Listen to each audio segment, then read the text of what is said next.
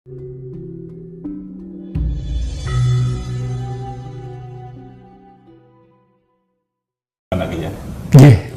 Itu memang saya tulis dalam buku yang saya sebarkan, bukan saya terbitkan. Kalau saya terbitkan kan saya jual.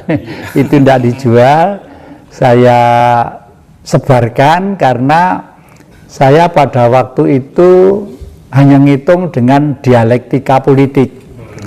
Bagaimanapun perjalanan politik itu berjalan secara dialektika, yaitu tese, antitese, sintese. Tesenya apa? Tesenya adalah manusia dan kehidupannya secara umum. Baik itu Amerika, baik itu Cina, baik itu Negro, baik itu Londo Eropa dan sebagainya. Semua manusia itu sifatnya sama, ya toh? Yang kedua, kenapa tokoh-tokoh pembaharu, tokoh-tokoh spiritual kelas dunia selalu mengakhiri dengan angka 12, ya, jam 12, ya toh? Kalau 23, 24 itu kan sudah rekayasa baru. 12 buktinya apa? Tahun juga 12 bulan. Nah, si Jawa malah lebih mantep lagi ngitung itu. Jawa itu harinya legi paing pon wage kliwon 5. Lah pasaran itu adalah 60 hari. Jadi 6 kali 5 30 hari. Jadi kalau si Jawa ngitung waktu itu pasti. Kalau orang barat kan Februari ada 28, 29 ya. Ini ada 31, ada 30. Kalau Jawa pas. Lah hitungan saya lewat itu. Lalu perubahan manusia itu kenapa kok akan disisakan 28,3%? Itu saya tanya kepada Tuhan. Tuh, lah kok sombong tanya kepada Tuhan? Ya harus, saya percaya Tuhan, ya tuh. Harus percaya Tuhan, tanya kepada Tuhan. Karena kecuali kalau Tuhan itu saya jual belikan untuk cari kehidupan atau untuk status sosial lain, ya. Jadi oleh karena itu waktu itu saya diem di suatu tempat di perdepoan saya di Singosari sana. Lalu saya mencoba untuk berkonsultasi atau tatap batin dengan leluhur-leluhur yang sekarang sudah moksa. Jadi moksa itu bermacam-macam ya, tipe ya. Ada moksa ala Pangeran Diponegoro, ada moksa ala Supriyadi, ada moksa ala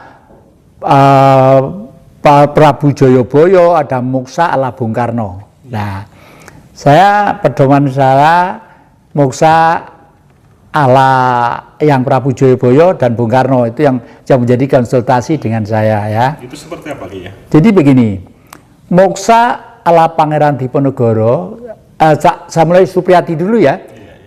Moksa pahlawan Supriyadi, sebenarnya Supriyadi itu bukan nama beliau, ya.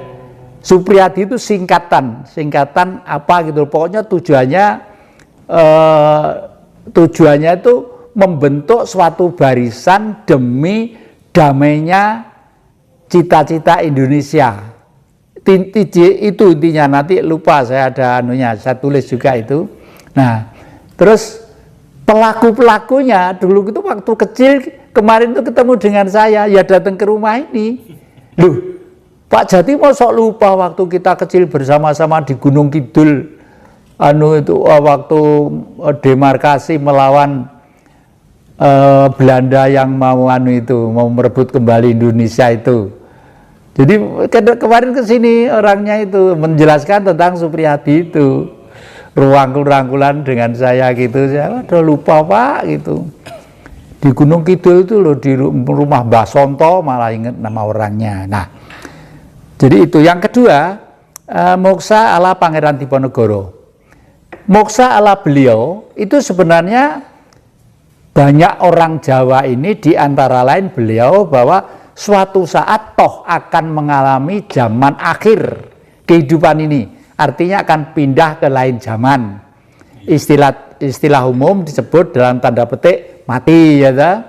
Nah, pada waktu perang Diponegoro, karena beliau sadar bahwa peperangan ini belum selesai, ya, belum selesai, lalu beliau bergeser ke timur.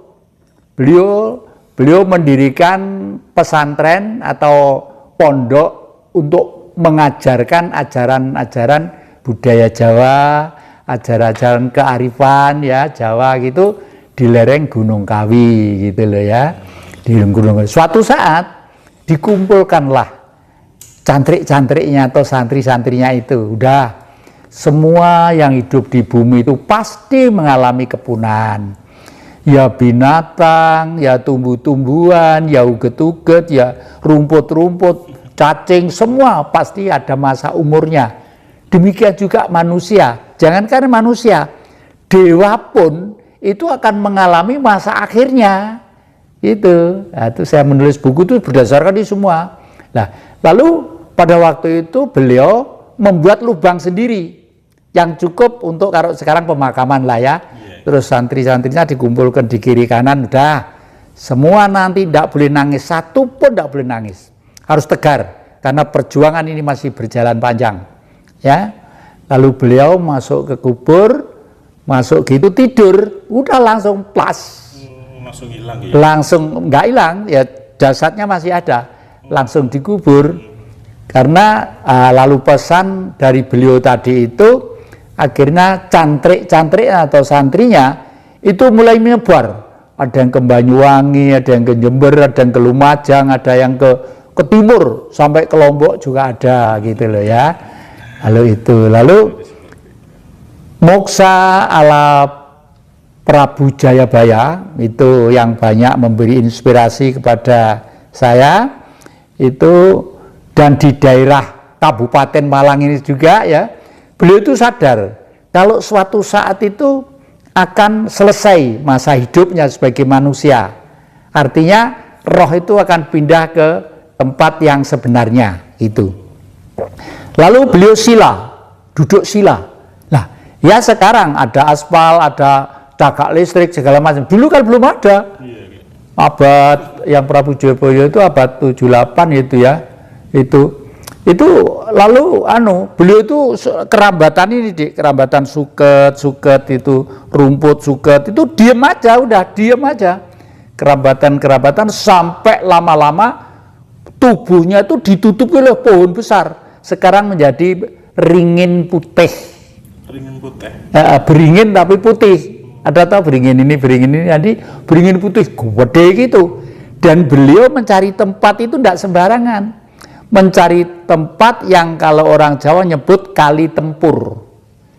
Kali tempur tuh biasanya kalau di Ketonggo sana ada. Saya dulu sering waktu muda itu sering kungkum di Kali Ketonggo ya, di Kali Tempur ya. Secara logika pertemuan air dari dua aliran menuju dalam satu titik itu pasti mengeluarkan getaran-getaran elektro ya yang mempengaruhi tubuh kita. Menjadi sehat, menjadi cemerlang, simpul-simpul otak itu menjadi lebih cemerlang lagi, saraf-saraf menjadi secara logika lah. Tapi beliau tidak ke Kali Tempur seperti yang saya ceritakan tadi. Di wilayah Kabupaten Malang ini ada sumber air ya kira-kira garis tengahnya itu sekitar 6 meter bulat gitu ya. Di situ pohon beringin putih tadi itu. Karena sumber yang dari sebelah timur itu dari lereng Gunung Semeru, dan sebelah barat sumbernya cuma kecil gitu dari lereng Gunung Arjuna. Nah, dari dua sumber yang ketemu dalam satu titik itulah beliau meditasi di sana sampai ketutup menjadi beringin putih tadi itu ya. Lalu saya sering melekan di sana, makanya kalau saya nulis itu di samping saya hitung secara dialektika, saya tanya kepada Tuhan dalam tubuh saya, juga harus menerima wisik dari sana, bisian ya, bisian secara gaib. Artinya sambung rasa lah gitu ya, sambung rasa karena posisi saya dengan beliau sudah ngaji rasa tadi itu sehingga bisa sambung rasa gitu ya. Itu lalu